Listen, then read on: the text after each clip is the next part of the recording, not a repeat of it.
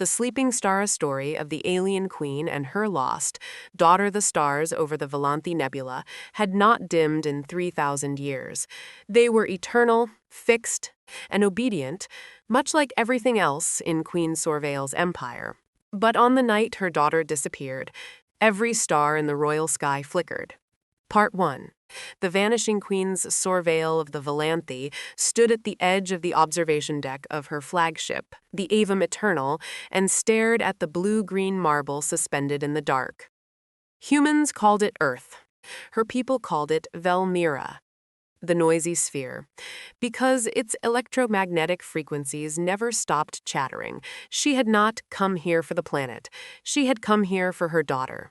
Lysei had been missing for 72 hours, 3 full rotations of this chattering world, and every general, scout commander, and intelligence officer aboard the flagship had failed to produce a single useful answer.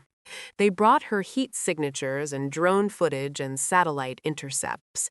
They brought her theories about underground caverns, rival clan abductions, and spatial rift anomalies. What they had not brought her was Lysei. The queen turned from the viewport.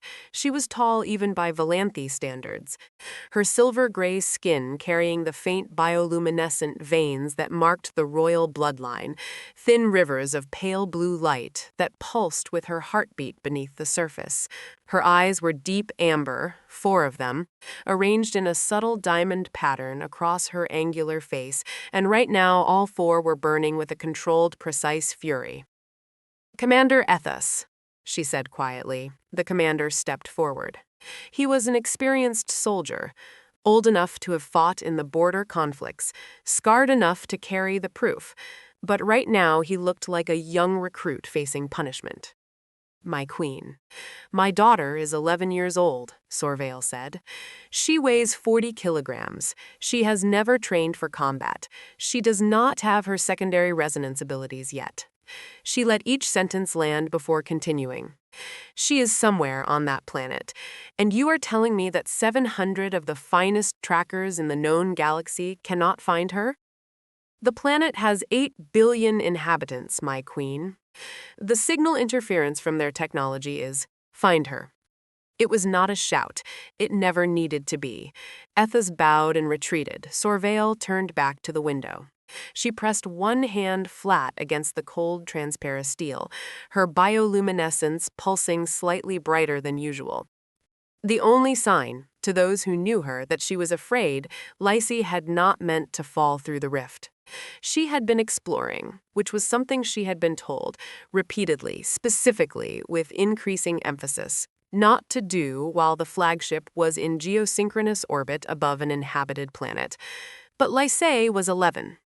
And curious, and the small observation pod at the lower deck had been unlocked because the maintenance crew had been careless, and the rift had been so small, so beautiful, a shimmering oval of folded light no larger than a door, that she had simply walked up to look at it more closely.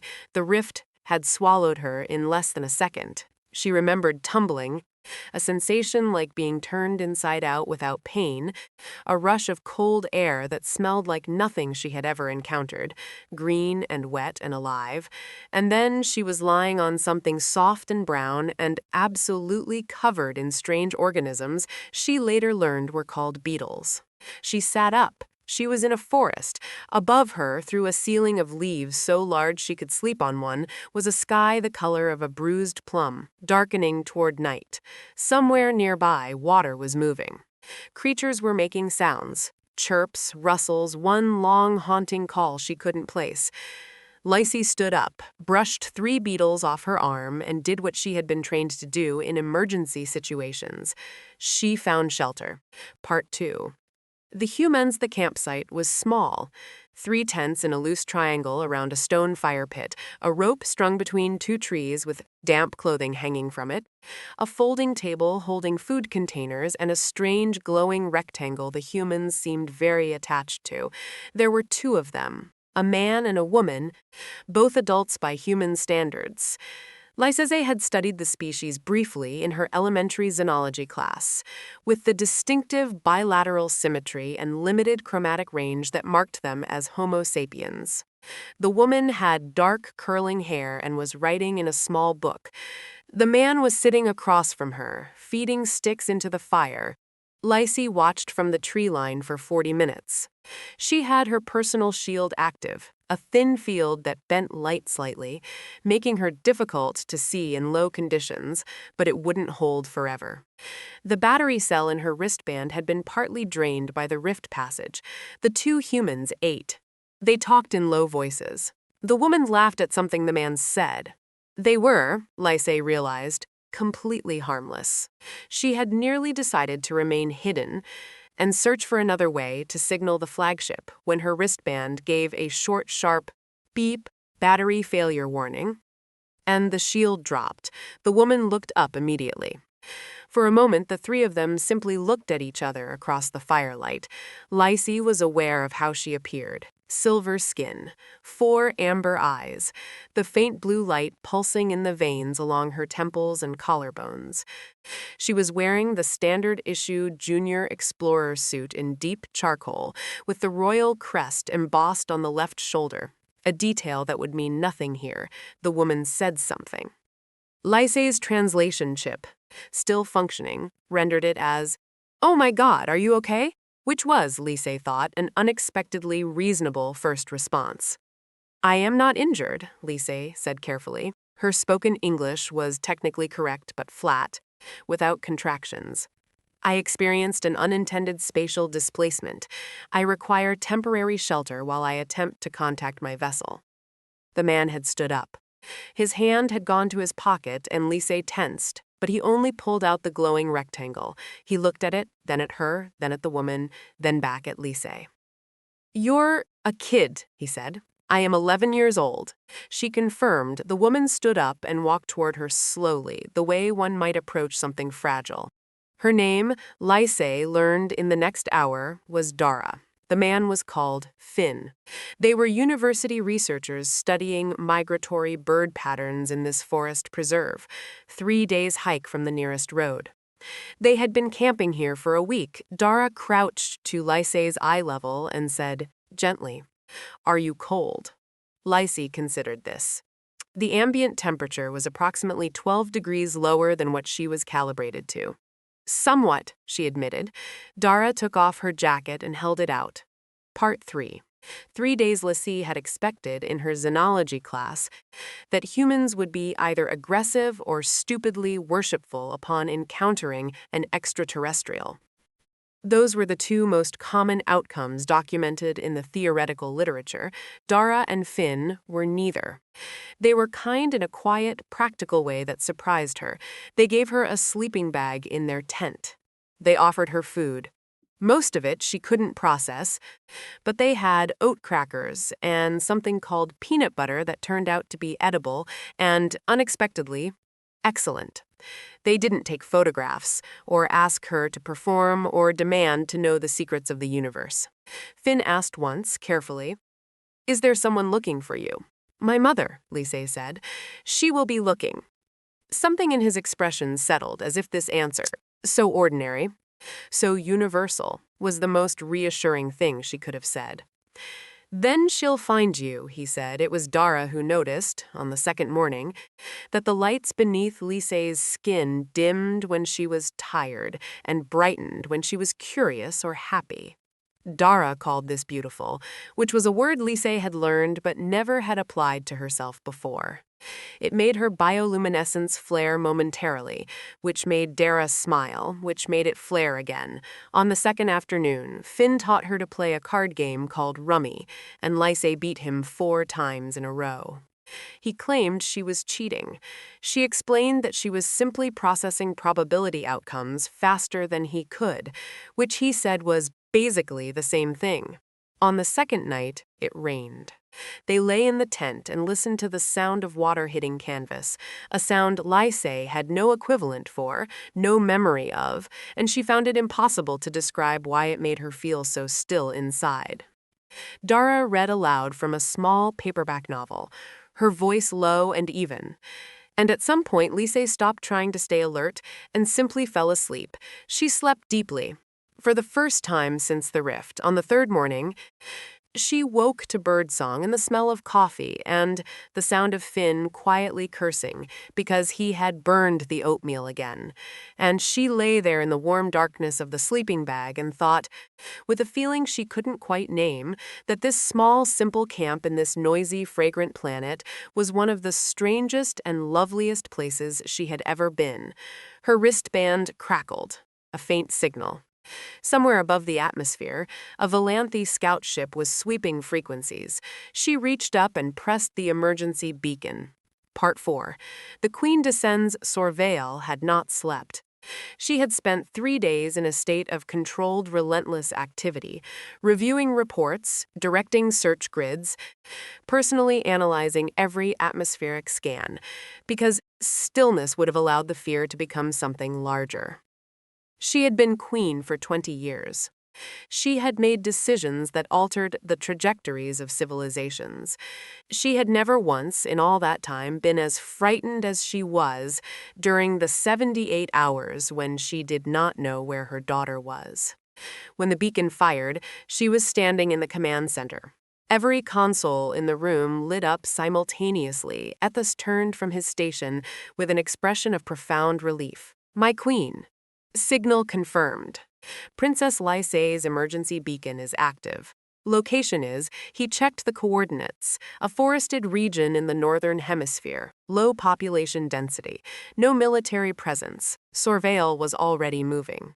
"Prepare the descent craft. I'm going myself." "My queen," protocol requires. Ethos. She didn't stop walking. "Prepare the descent craft."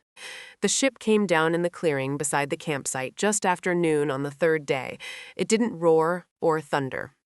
It arrived the way all Volanthi vessels moved at low speed, silently, with a faint harmonic hum that the birds seemed not to mind at all, as if they had simply decided to accept it. It was sleek and silver dark, shaped something like a crescent, and it settled into the grass without crushing a single wildflower. Dara and Finn were standing by the fire pit when it landed. They had been warned. Lysei had tried to prepare them, but seeing a spacecraft settle in your campsite is the kind of thing that bypasses all preparation. Finn's coffee mug had tilted and spilled on his boot. He hadn't noticed. The ramp extended. Queen Surveil descended. She had not changed out of her formal shipboard attire. Deep charcoal robes with silver inlay at the collar and cuffs, the royal crest at her chest, and she moved with the unconscious authority of someone who had never in her life needed to announce her importance. Her 4 amber eyes scanned the clearing in a single sweep, taking in the tents, the fire pit, the rope with hanging laundry, the 2 humans standing very still. And then she saw the opening of the tent. Lysei was standing there, framed in the canvas doorway, wrapped in a borrowed green fleece jacket 2 sizes too large for her silver hair still slightly disheveled from sleep, her bioluminescence pulsing soft and steady in the afternoon light. Surveil stopped walking. For a long moment, she simply looked at her daughter, then she crossed the clearing in 5 steps and gathered Lysei into her arms, pulling her in close, one hand cupped around the back of her head. She said nothing. There were no words in Volanthi or English or any other language for what moved through her in that moment. It was older than language, older than empire, as old and simple as the fact of a child found. Lysei, for her part, held on very tightly and did not cry, because she was 11 and had been trying to be brave for 3 days. She only pressed her face into her mother's shoulder and breathed. Her bioluminescence, which had been gentle and quiet, bloomed suddenly bright. Every vein on her skin luminous and blue-white and vivid, as if a lamp had been switched on inside her. Surveil felt it through her own skin.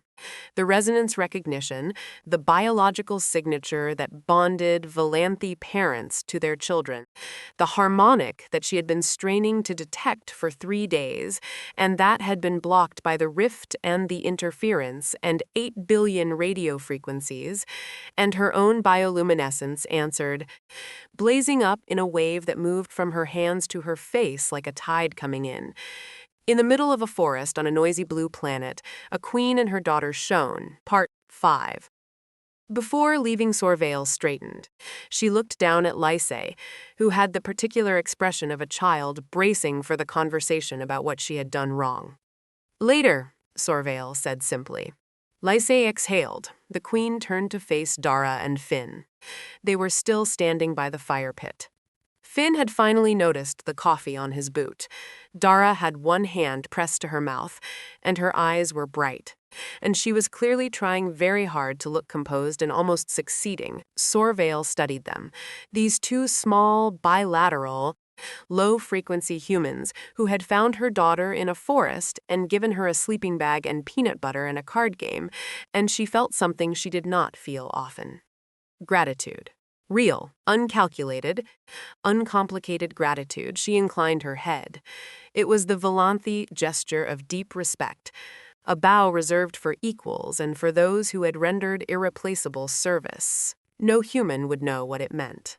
She made it anyway. Then she said in careful English, "You kept her safe." Dara lowered her hand. Her voice, when she found it, was steadier than her eyes suggested it would be.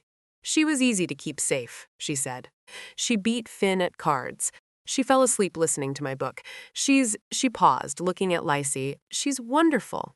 Lysei's bioluminescence flared again. Finn cleared his throat. She told us you'd find her, he said. She was sure of it. Not worried, really, she said. He glanced at Lysei with a half smile. She said her mother always found things. Sorvale looked at her daughter. Lysei looked at the ground. I said that. She confirmed quietly. Sorvale was quiet for a moment. Then she reached into the inner fold of her robe and withdrew a small object.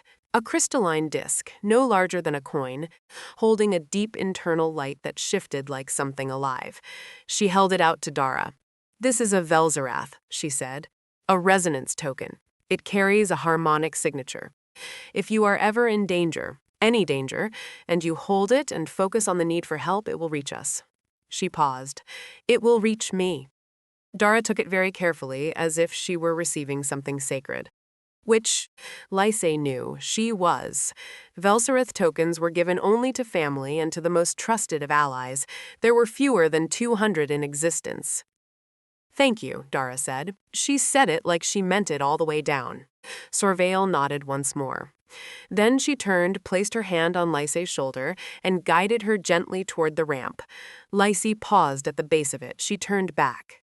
Dara, she said, the peanut butter. Is it always that good? Dara laughed, a real laugh, startled out of her, and nodded. It's always that good. I'm going to find a way to synthesize it, Lysei said seriously. It might take years, but I'm going to. Then she followed her mother up the ramp and into the ship. Epilogue. What was learned the Avum Eternal broke orbit that evening. In the command center, Queen Sorvale sat in her chair and watched the blue-green planet shrink in the viewport. Lysei sat beside her, a privilege usually reserved for formal occasions, but Sorvale had said nothing about it, and Lysei had said nothing, and so they sat together and watched the planet become a marble, and then a gemstone, and then a star among stars. Was it very frightening? Sorvale asked. When you came through the rift. Lysei considered this with the honesty she always applied to her mother's direct questions. For about 30 seconds, she said. Then I was in the forest, and it smelled like rain and dirt, and I wanted to know what everything was. She paused. Then I was a little frightened again because there were a lot of beetles. Sorvale, who had not smiled in 3 days, smiled now. The humans, she said. The two in the camp. What were they like? Kind, Lysei said without hesitation. It was the most complete answer she had. They didn't know what I was, and they didn't need to know. She searched for the word, helped. That was all. They just helped. Sorvale was quiet, watching the star that had been Earth fade into the field of other lights. In her xenology reports, humans were classified as a Category 3 species, pre-interstellar, fractious, ecologically self-destructive, with intermittent and unpredictable moments of cooperation. The category meant monitor, don't engage, allow to mature or self-correct. She had always found the category unsatisfying. It described the species in aggregate and said nothing of the individuals. Nothing of a woman who read aloud in the dark so that a frightened alien child could fall asleep. Nothing of a man who taught card games and said, "She'll find you," like it was the most obvious truth in the universe. She pressed the communicator on her armrest. Ethos. My queen. Flag Earth for a revised classification review. I'm submitting a proposal. A pause. Yes, my queen. And the grounds? Sorvale looked at her daughter, who had fallen asleep in the chair beside her, head tilted, bioluminescence a soft and steady blue, breathing slow and even, already dreaming. Evidence of grace in unexpected circumstances, she said. She covered Lysei with her own robe and let her sleep. Outside, the stars held their ancient positions, fixed and faithful, and the empire moved through the dark. A little changed, a little wider, by 3 days in a tent on a noisy blue planet where the peanut butter was excellent and kindness came without being asked.